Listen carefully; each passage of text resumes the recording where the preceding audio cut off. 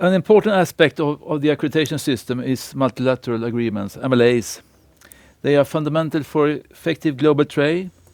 Having said that, the MLA structure is both taken for granted and at the same time so complex that few fully understands it. Dr. Stephan Finke, the managing director of the German accreditation body Dakks, will talk about the importance of MLA status and how it affects international trade in Germany. Dr. Finke has been with Dakks since 2016. He has previously held manager positions at ABB. Over to Germany. Yeah, good afternoon. Thank you, Peter, for the nice introduction. And let me say it is an honor for Dakks to participate on this important webinar of Swedac. Dear ladies and gentlemen, welcome to my presentation about the importance of the multilateral arrangement status. It's important for economies, it's important for conformity assessment bodies, and of course, it's also important for the national accreditation bodies. Before I start, I would like to introduce a little bit about the European and international accreditation organizations. And these are the organization who provides the MLAs and MRAs. Short explanation about these two abbreviations. There is no really a difference between MLAs and MRAs, but these different organizations had slight different wordings about these mutual recognition arrangements, and therefore some of them are called MLAs and MRAs, but in principle there's not really a difference in between. Let's talk about membership and goals. I think all European accreditation bodies are full members of the European Accreditation Cooperation, of IAF and ILAC, and by this they are also signatory of the multilateral arrangement systems. The goal of the international cooperation is that if you are accredited once, this accreditation is accepted everywhere. And what we want to try to achieve is that we have a worldwide acceptance of conformity assessment results through the accreditation. And this leads to one step ahead, that it can be rephrased, this sentence, by tested once or certified once, accepted everywhere. And by this, the accreditation bodies want to contribute to reduce technical barriers to the international trade. Just a short words about ILAC and IAF. ILAC is the International Laboratory Accreditation Cooperation, and this organization deals, let's say, with all kinds of laboratories. We have laboratories for calibration, for testing, for medical laboratories, for inspection bodies, for proficiency testing providers. And you see behind the special laboratories the number of the ISO IEC standard. For example, for calibration and testing, it's the ISO 17025. And we have, on the other hand, another large organization. Emanuela is the vice president of IAF, the International Accreditation Forum. They are mainly dealing with all kinds of certification bodies. So certification for products, for management systems, for persons, and also for validation and verification systems. The mutual recognition arrangements, or the multilateral recognition arrangements, have both the same reason. We want to ensure that certificates and test reports are accepted in principle by all signatories of the arrangement. And therefore, the presumption is necessary that all MLA signatories, so all the ABs, apply the same requirements for the accreditation of their conformity assessment bodies. So the assessment of the competence of a conformity assessment body is comparable worldwide. But there's one major point you have to know. IAF MLAs and ILAC MRAs are not legally binding for governments, but they create a confidence, and by this we shall build a basis for mutual recognition in the international trade agreements. Coming one level down to the European level. The European Cooperation for Accreditation is the association of the national accreditation bodies in Europe. So EA is namely the accreditation infrastructure within the EU, and together with the European Free Trade Association and for EU candidate countries. So all national accreditation bodies belonging to one of these countries can become a full member of EA. But there's a difference to the ILAC and IIF system, because the European Commission has delegated central tasks to EA, and they have done that by a regulation which is called 765 and coming out of the year 2008. The goal of the Commission was clearly to harmonize and support further development of the accreditation system in Europe by ensuring quality, transparency, and independence of the system. And to ensure that, they want to manage EA, the peer evaluation system. So what is about peer evaluation? It is the regular evaluation of all national accreditation bodies by EA. EA shall ensure that all accreditation bodies inside EA fulfill the same conditions to assess, regularly survey, and attest technical competence of the conformity assessment bodies. And to prove that, the assessment are based, and the assessment for the accreditation bodies are based on the same assessment criteria, and they are referred in particular to the international standard ISO IEC 17011. So in the same way, we are assessing, for example, a laboratory according to 17025. EA is assessing us as ABs whether or not we are complying with the requirements of the 17011.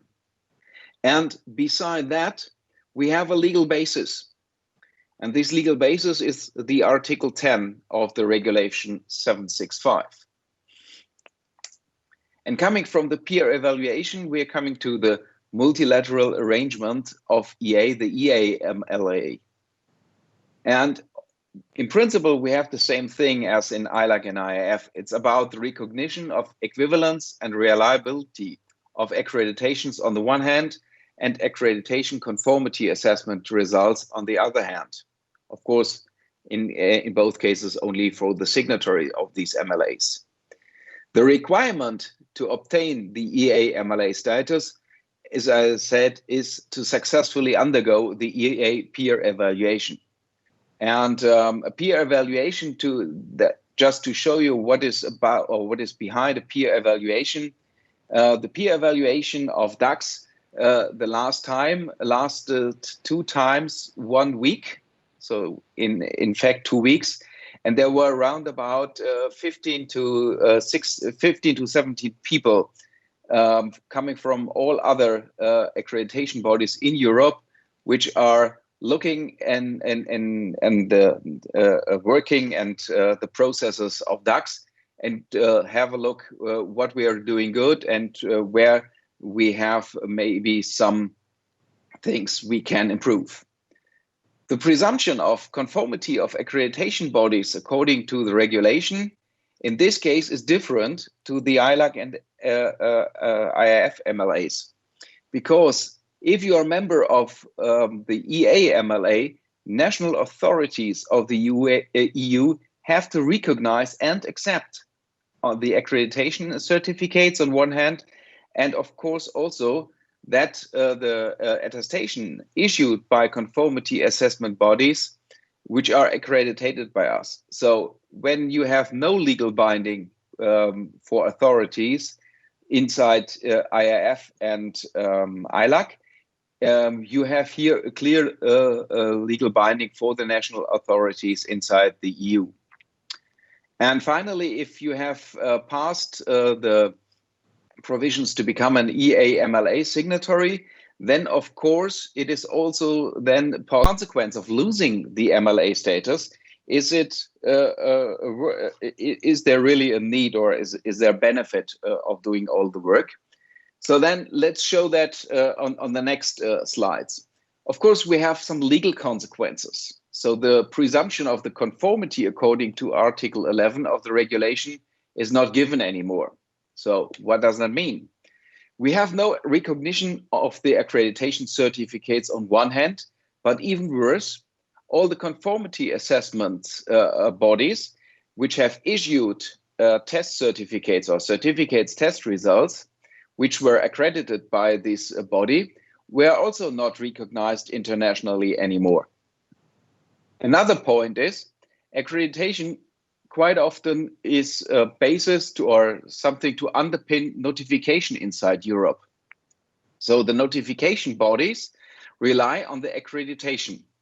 So if this accreditation is not given or not recognized internationally anymore, also the notification cannot be based on this accreditation. So the notification body has to establish a second way to notify their bodies, which is, of course, a duplication of time and cost.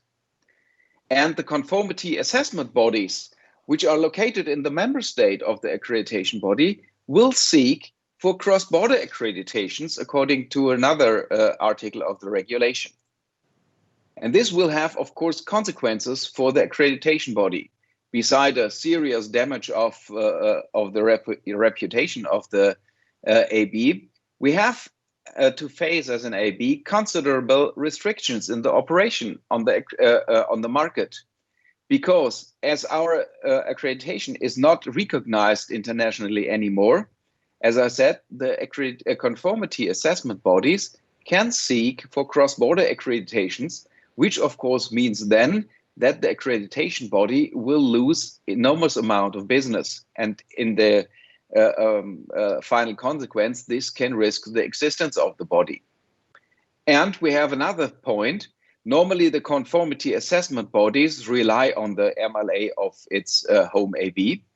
So if this is gone, then the conformity assessment bodies may claim damages on the AB, because they have now additional efforts and maybe additional risks.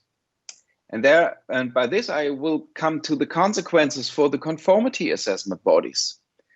The loss of the recognized accreditation will lead to a direct loss of turnover for the conformity assessment bodies itself, because the manufacturers who want to test, for example, their products, they want to have these test certificates accepted internationally. And when this is not given anymore, they will look for a different or for another conformity assessment body. And this will, of course, lead to the direct loss of turnover for the CAPs. And in the next step, these conformity assessment bodies will seek for cross-border accreditations. Cross-border accreditation means more time, more costs, and of course, in certain cases, some language barriers. So it makes the whole process much more difficult. In regulated areas, you may lose the possibility to operate in this area, or only to a very limited extent. For example, in Germany, it's quite often the case that it's written in the law that you have to have an accreditation by an MLA signatory AB to operate on this market. When this is not given anymore because the AB has lost the MLA status, you are also not allowed to operate in this sector anymore. So the whole market for the conformity assessment is endangered. And to add one number to all the numbers you have already heard by our friends from Italy, the dimension of the conformity assessment market, only of this market, which was elaborated in Germany in 2015, the last time, there was total revenues for around about 11.5 billion euros, only for the conformity assessment. It's not about all the rest for the economy. And coming to the economy, this is the last point, and I think the most important and the most important dangerous, because the main point to place products on the market in foreign countries and the system of free movements of products and services is impaired because the placing of products in foreign markets depends whether or not applicable requirements of the products are met also in the import country. And this could be a little bit dangerous to the home country. So you have now two possibilities. Either you test these products in the import country. And if you have several import countries, you have to do it in every of these countries, or you do it once in your home country. And by this, the accreditation ensures that the test results are also accepted in all the other countries. But this is also only the case as long as the accreditation body is internationally accepted. So if this is not the case anymore, then the accreditation products have to be tested twice or three times or whatever. And this is, of course, a severe burden for all manufacturers and service providers, and especially for small and medium-sized enterprises, because in these cases, the tests for costs are in the percentage even higher.